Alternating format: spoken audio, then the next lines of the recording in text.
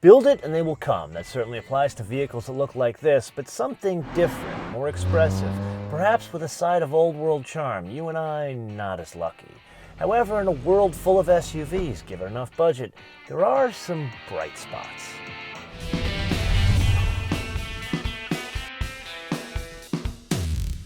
And one of those bright spots, expensive German convertibles.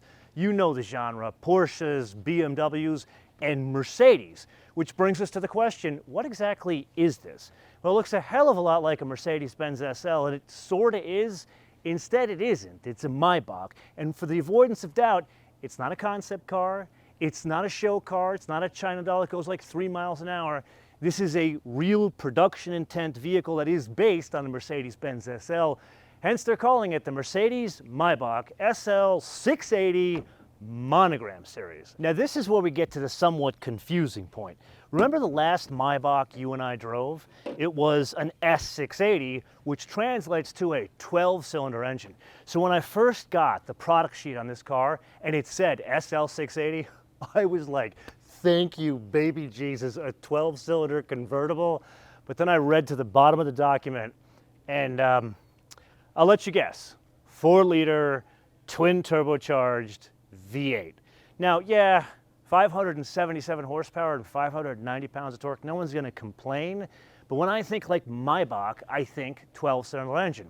So of course I spoke with the product manager of the vehicle. He had a very good logical explanation as to why no 12-cylinder engine. It doesn't fit. I offered him a shoehorn, he didn't take me up on the kind offer. Now that we have the biggest question out of the way, we can focus on the things that do change, and here it falls under the heading of more than the sum of its parts, which brings us to the most obvious change, and that is the hood. Now, when I first saw that documentation of the vehicle, they didn't give me any pictures of it, so they're describing a Mercedes AMG SL with a two-tone paint job, and I'm thinking, that's not going to be attractive, because I was thinking one color here and one color here. Rather, it's a black hood. And that's more along the lines of kind of the aftermarket world, so I'm kind of surprised that we're seeing it in the Maybach sphere. But then we get to probably the more controversial aspect of this car, and that is the Maybach logo that is repeated throughout the entire hood. Not something I would want. It is optional, thankfully. However, the way in which they arrive at this is fascinating. The car is made in Bremen, same place they make the SL and the AMG GT, but the hoods are all hand-painted, and in between each layer of paint, I believe there are 3 here, they hand sand the paint, and then they 3D print the Maybach logo on the hood. Now, if it don't go with this route, it's still a black hood. Something fascinating about this car, which to me I think stands out and works very well in the SL sphere, a stand-up hood ornament. We've talked about this before. I wanted this on the AMG S63E Performance. Glad they put it on the wrong car, but I'm still happy to have it. And this, very old world. This comes from old Cadillacs, old Lincolns, but very welcome in a car like this that's trying to be a bit more elegant. And then what they do is they blend the vertical slats. It's not just the grille that makes it work. It's the grille with the lower air dam. It's also lit. It's the Maybach script as well as the perimeter of the grille. And then the light signature changes. No, not the actual signature that animates when the car starts as well as switches off. It's the apparatus itself. There's rose gold trim, if you're a fan of that stuff. Then we get to another controversial piece of this car. When I first read the description without looking at a picture, they say that the A-frame is chrome, and I'm thinking to myself, how are they gonna pull that off?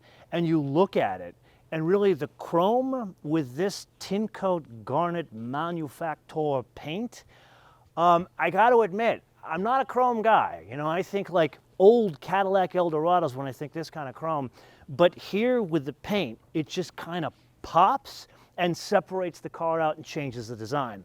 But then that brings us to the biggest design change of the vehicle, and that is the tonneau cover behind the seats. Now, one of the more controversial changes in the AMG GT and the AMG SL was making the car a bit more practical, having a back seat, or at least storage behind the front seats. Here, they're like, people who are buying this, they don't need practicality because they have 5 other cars on average. So they put this Okay, excuse me, Maybach, for comparing this to a Ford, but remember like the 63 Thunderbird where it had that like cover that went over the back seats? That's kind of what's going on here, and I gotta say it's kind of cool. But of course, something controversial, you have the Maybach logo repeated, not just in this tonneau cover, you have it repeated in the top. Now, this you can't take off the car.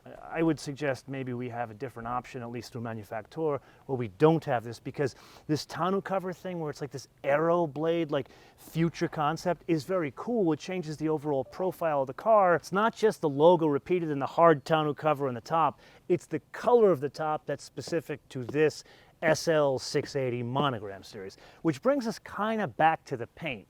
This one, you look at it, it's a stunning deep red tin coat, which we've seen with other manufacturers to good effect.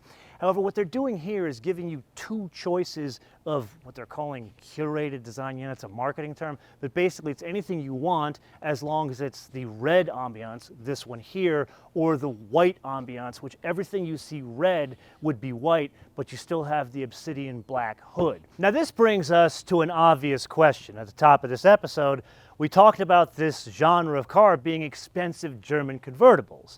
And if you know anything about expensive German convertibles, each one of the main manufacturers has this little group inside of the car manufacturer that basically grants you wishes. The only catch is you have to pay a crap ton of money to get your wishes granted. So there's like Porsche exclusive manufacturer, or there is manufacturer with inside of Maybach.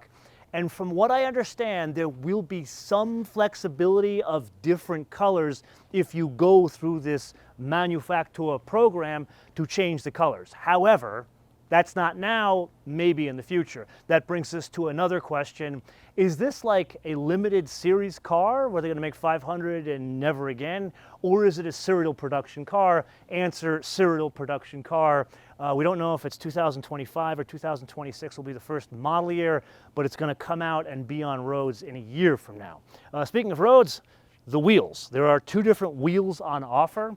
There's this, the multi-spoke, which is attractive, has a unique satin finish to it with the Mercedes-Maybach logo, but more importantly, there is a monoblock on offer. Both are 21s. I would love to show it to you, but this is the only car that exists. It's being premiered at Pebble Beach. By the time you see it, it would have been premiered.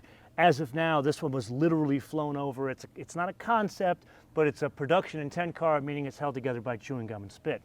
We have more details here. Again, they're accentuating the length and the width of the car by putting lines here, but more importantly, they put a chrome blade here.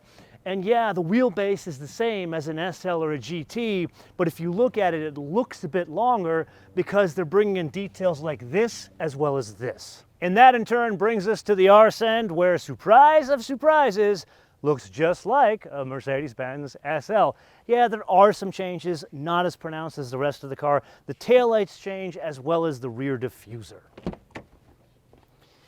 Now it's inside and, more importantly, underneath the vehicle where we have a lot more changes. The most obvious, you look at the inside of the car and you say, oh my God, a white interior, not practical. Granted, not a practical car. However, something I would disagree with the Maybach product planners on, only white. So it's like the exterior, you get anything you want as long as it's this color choice. And from what I understand, even if you were to pay extra to manufacture, at least in the first year, they're not going to offer a different color. And that brings us to the first subtle detail I'm finding in this car, which is a floral pattern on the seats that's repeated in both the seats. More of this, less ostentatious details, yes, in an ostentatious car. Then something that I'm very happy about. Notice, there are two real switches here, like hard switches. This is to put the top up and down. Which is different than the SL. The SL has it over here and through the screen, so thank you, more of this. Then something incredibly important. Yeah, we could go over the details of the screens and have the Maybach startup or the Maybach steering wheel, but more importantly, what is it connected to? So what they've done to make this drive more like a refined car instead of an AMG, they changed the entire steering system. So it's not changing the tuning, it's not changing just the power steering that sits on the actual rack or it sits on the steering column. They've changed the entire steering column as well as the power steering assist, so it gives it a completely different feel. Now, I can't tell you exactly what it's like until we drive it, so let's put a pin in that discussion. Then something fascinating, the transmission doesn't change. So if you remember, in an AMG SL, what it is a dual clutch. So they call it a multi-clutch transmission, 9 forward gears. So they're doing the same thing here, but what they do is they change the way in which it shifts gears, so the idea is it's more supple, so it's not as hard shift as you get, say, an AMG GT or an AMG SL. Okay, so that gets us to the obvious question, why is this important? Because one could look at this and say it's just a rebadged SL. Yes, there are some significant details, more than I would expect in a rebadged SL, as we talked about underneath the car in that tonneau cover. So this is important because we are getting more cars that are not SUVs, that are not crossovers, that are not practical. As we've talked about in many episodes, the cost to build any car, whether it's a low production luxury car like this or a Nissan Rogue, which you sell $250,000 a year, they cost about the same, $3 to $5 billion to make a whole car. So if I'm thinking I'm Mercedes and I'm planning an entirely new Mercedes-Benz SL, I gotta believe there was that discussion that do we continue to have an AMG GT and a Mercedes SL, because they kind of do the same thing in today's day and age, especially considering people want more sporty cars, so people were going the AMG GT route. So when they were probably sitting around in Stuttgart saying, do we kill off one, someone raised their hand and said, why don't we go in the opposite direction, be the contrarian investor, and make more of them? For example, we drove the SL55, which is softer than the AMG GT that we drove over in Spain. I'm gathering this one is going to be softer, especially with different tuning to the air ride. So the avoidance of doubt, this is important because we're getting more of something that's unique and different and less practicality, which brings us to the wish list. I'm going to go two directions here. Number one, I absolutely have to believe if you put your best engineers on this, you can put a 12-cylinder in it. I gotta believe that can happen. Shave down whatever you gotta do, make it somewhat impractical, but please, oh please, oh please, a 12-cylinder convertible, because people, they're not worrying about the cost of this thing. That brings us to the other direction of the wish list, and here I'm gonna ask for the crazy. Can we take like a new S-Class, 12-cylinder, maybe chop it, so not make it a 4-door, make it a 2-door, a little bit shorter, but a 4-seat open grand convertible.